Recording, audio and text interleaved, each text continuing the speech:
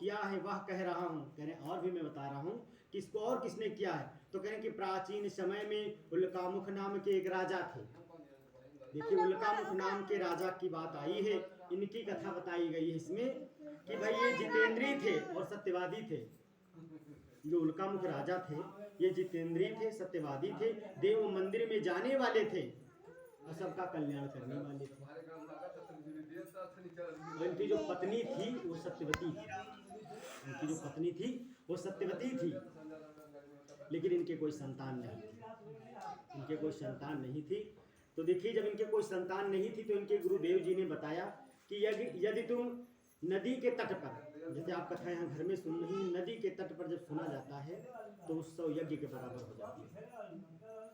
जो नदी के तट पर कथा सुनी जाती है, जैसे कि कल्याणी नदी हो या गोमती नदी हो, नदी ठीक नदी हो, मतलब कहने मतलब अब ये ना कि नाला कोने बैठ के आदमी सुनने लगे, जो मुरिया नाला है ना तो उसको भी नदी कहते हैं। हाँ तो भाई कह रहे हैं धार्मिक नदी होनी चाहिए। नदी, कुछ नदी ऐसी है जहाँ पर पूजन वर्जित है। भाई जैसे सरयू का जल है, माना जाता है पवित्र, ठीक है अयोध्या में, लेकिन गंगा की तुलना में थोड़ी है। गंगा का जल तो सर्वोत्तम बताया गया। तो कहने का मतलब बताया भाई उनके कोई संतान नहीं थी। उनके गुरुजी ने कहा कि आप नदी के तट पर पूजा करिए भगवान का, विष्णु भगवान का। तो क्या हुआ कि अब नगर से निकले 100 सैनिकों, 1000 सैनिकों को लेकर रथ पर सब सामान मान सब रखकर भगवान का पूजन करने के लिए। तो सब देखने लगे कि भाई कहीं जा रहे हैं राजा साहब, लेकिन वो भगवान का पूजन करने जा रहे थे। अब नदी के तट पर पहुंचे, वेदी बनाई गई। वेदी का मतलब होता आसन बनाया जाता है। अब जैसे यहाँ पर तो लकड़ी की है, चलो ठीक है, वहाँ पर बालू की बनाई गई। नदी के कोने बालू की बनाई गई, क्योंकि वहाँ बालू का ही शुभ माना जाता है नदी के तट पर।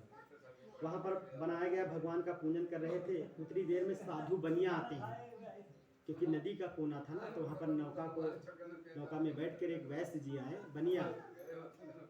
तो देखिए कि बहुत सारे सैनिक खड़े हुए हैं, क्या आयोजन है यहाँ पर, क्या प्रयोजन है। तो अब जब उनके पास जाते हैं राजा के पास, तो देखते कि उल्कामुख राजा और उनकी पत्नी साथ में बैठकर भगवान का पूजन कर रहे हैं। तो उनसे पूछ रहे हैं कि हे राजन, आप किसका पूजन कर रहे हैं? भाई बनिया को तो नहीं पता है ना कि किसका पूजन कर रहे हैं। तो कह रहे कि मैं विष्णु भगवान का पूजन कर रहा हूँ, क्योंकि मेरे गुरुदेव